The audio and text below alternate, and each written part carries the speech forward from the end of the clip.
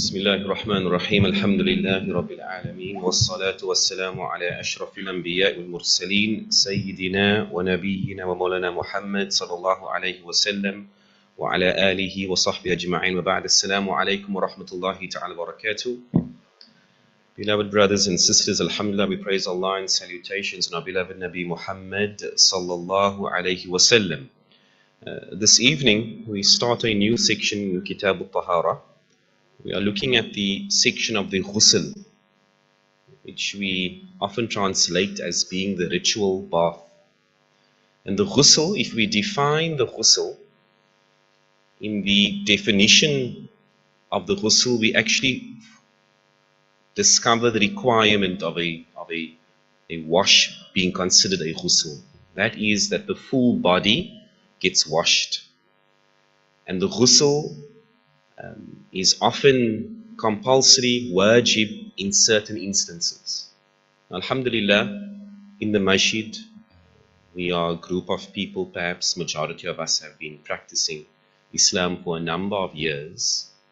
And so before I move to the next slide, I'm going to pose a question and let us see if we can respond to it, inshallah.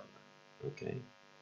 There are 6 instances when the ghusl is wajib, when the ghusl must be performed. So let us take some feedback, inshallah. 6 times when you have to perform the ghusl. So let's reflect, let's think about when is ghusl performed. But out of those times, in 6 of instances, the ghusl is wajib. Okay, there's a ghusl for Jumu'ah, the ghusl of the mayyit, okay. I'm not going to say right or wrong yet. I'm first just going to accept the contributions, inshallah. We'll see what the Shaykh says afterwards. A ghusl when a person did take shahada, okay, that's 3 thus far. Intimacy, okay. Ghusl after haid, menstruation. The sisters can't answer now, so the men, the husbands must answer on their behalf, inshallah. Other ghusls?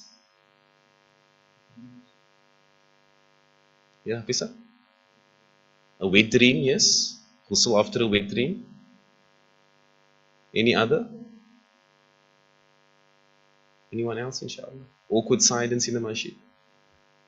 Okay, alhamdulillah. We've heard some instances now, right? From the responses we've received in the masjid, I'm sure those maybe watching online are calling out answers in the wherever you are, in your lounges or wherever it might be. From the answers we received in the masjid, some of them are wajib and some of them are sunnah. But let's look at what the Shaykh says. Which instances necessitates, requires a ghusl? It is wajib, it must occur within those instances. Let's see, inshallah. So the Shaykh writes, Mujibatul ghusli sittatun. There are 6 instances in which the ghusl is compulsory. The private parts entering or touching, the discharge of semen or sexual fluid, menstruation, postnatal bleeding, childbirth, and death. Those 6 instances must have a ghusl, right? So with the first requirement, are there kids here?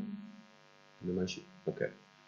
With the first requirement, if the private parts touch the one opinion, and I'll try and use slightly more complex language, if the private parts enters, the male enters the female, the ghusl is required. That is the one opinion.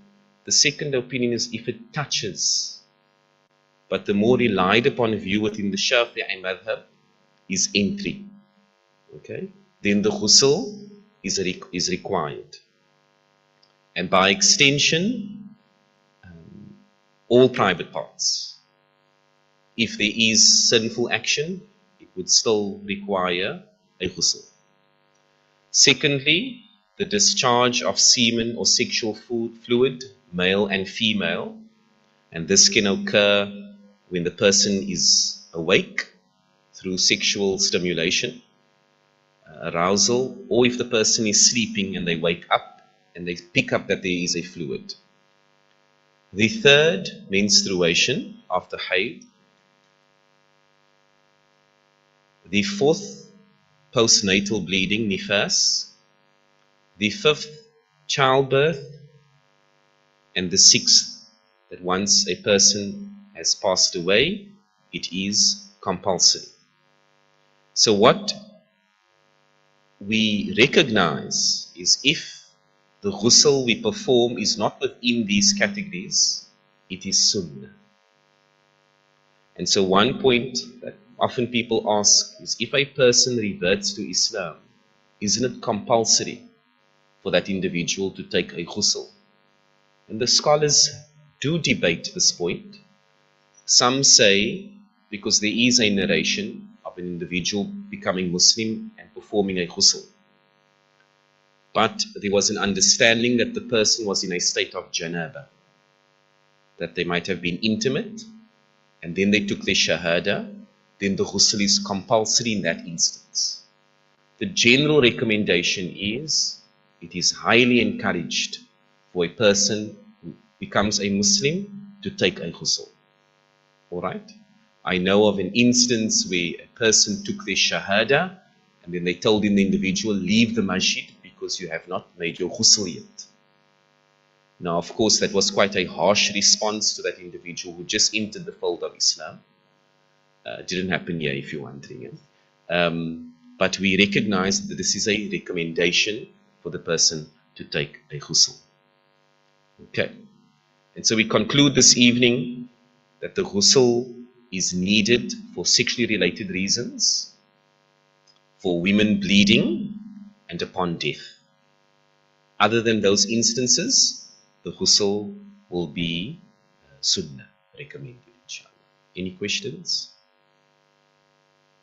Alhamdulillah. So can I quiz everyone next week on the 6 moments, inshallah? Okay, excellent. Jazakallah khairan. Wa sallallahu wa sallam ala rabbil alamin.